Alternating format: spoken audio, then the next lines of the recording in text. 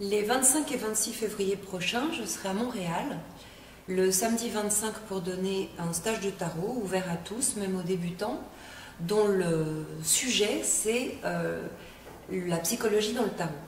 Alors un des effets qu'a eu le livre que j'ai coécrit avec Alexandre Jodorowsky, La Voix du tarot, c'était d'introduire pour le grand public la notion d'un tarot qui ne soit pas un tarot divinatoire, qui ne soit pas un tarot de prédiction, mais qui soit un tarot psychologique.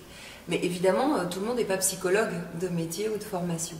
Donc qu'est-ce que ça va être le lien entre les archétypes du tarot et d'abord notre propre histoire?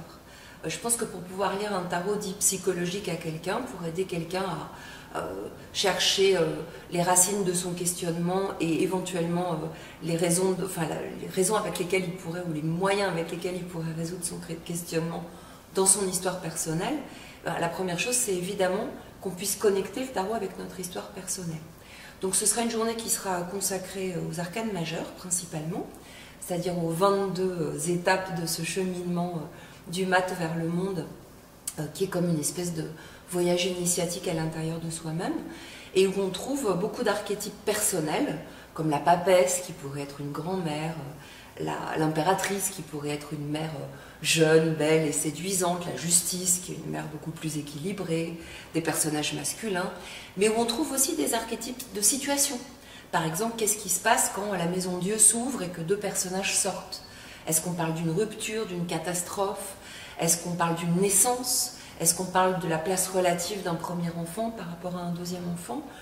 Ou est-ce qu'on parle de tout, plus généralement, on pourrait dire, de tous ces phénomènes d'ouverture qui peuvent avoir lieu en nous, qui peuvent être des phénomènes où quelque chose nous est révélé de nous-mêmes, des moments où on ose dire une vérité comportée en soi, etc., etc.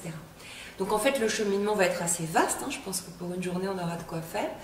Mais voilà, l'idée, c'est de trouver pour chacun d'entre nous, quel que soit son âge, son expérience de vie, sa formation, comment approcher le tarot dans un espace assez particulier qui est que ces archétypes reflètent des dimensions qui sont présentes à la fois dans notre psychisme à titre individuel et puis comment arriver à trouver une espèce de langage psychologique collectif du tarot qui peut être, disons, judicieux pour la lecture à notre époque et pour des interactions avec des gens qui viennent à peu près de la même culture que nous.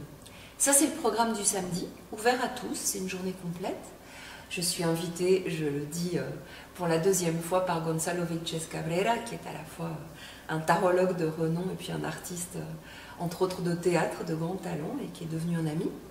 Et puis le lendemain, le dimanche, on fera ce que je désignerais comme une masterclass, qui sera ouvert aux personnes ayant pris le cours de tarot du samedi avec moi, et qui sera aussi ouvert à quiconque a lu et étudié au moins le premier chapitre de notre livre, ou à quiconque a déjà fait un stage avec moi la fois d'avant. Donc l'idée étant qu'on connaît déjà un petit peu, qu'on est un peu familiarisé avec les majeurs. Et là, on prendra l'après-midi pour étudier un sujet qui m'est très cher en ce moment, et qui est comment est-ce que les arcanes mineurs, tellement décriés, qui correspondent au pique, cœur, carreau, trèfle dans le jeu de poker. C'est vraiment des cartes qui ressemblent à rien. Il y a des rois, des cavaliers, des valets, des reines. On ne sait pas trop à quoi ça sert. Quelle est la différence entre un numéro 7 et un numéro 8 et un numéro 3? Et bien toutes ces 56 cartes qu'on laisse si souvent de côté dans le paquet du tarot, comment est-ce qu'elles peuvent venir appuyer, approfondir, d'une part la lecture des arcanes majeures, et d'autre part notre compréhension et notre connaissance du tarot, et vraiment nous révéler le tarot comme une sorte d'outil d'investigation personnelle, d'approfondissement avec notre réalité corporelle, comment je mange, quelle est ma santé, quel est mon espace, quel est mon temps, avec notre réalité énergétique désirante, vers quoi je me dirige, qu'est-ce que je crée, comment est-ce que je gère la frustration et le désir, la sensation de puissance et d'impuissance, avec le centre du cœur, tout pollué qu'il est par des émotions négatives et tout capable qu'il est de développer des sentiments positifs, et avec tout ce monde de l'intelligence mais aussi des croyances, c'est-à-dire à quel moment est-ce que ce que je pense est une opinion et à quel moment est-ce qu'en fait je sors de ma pensée nombriliste pour arriver dans une pensée réelle, universelle, dans une communication avec l'autre. Voilà, c'est ça le cheminement des arcanes mineures. Une après-midi, c'est un peu court pour tout explorer, mais j'espère dans cette masterclass du dimanche pouvoir vraiment vous donner un avant-goût de ça. Donc ça se passe le 25 et le 26 février de cette année 2017, c'est à Montréal. Et pour les informations, eh bien, il y aura sûrement quelque chose qui va s'inscrire en dessous de cette vidéo. Moi, je ne sais pas le faire, je suis là que pour parler. Et je vous dis à bientôt.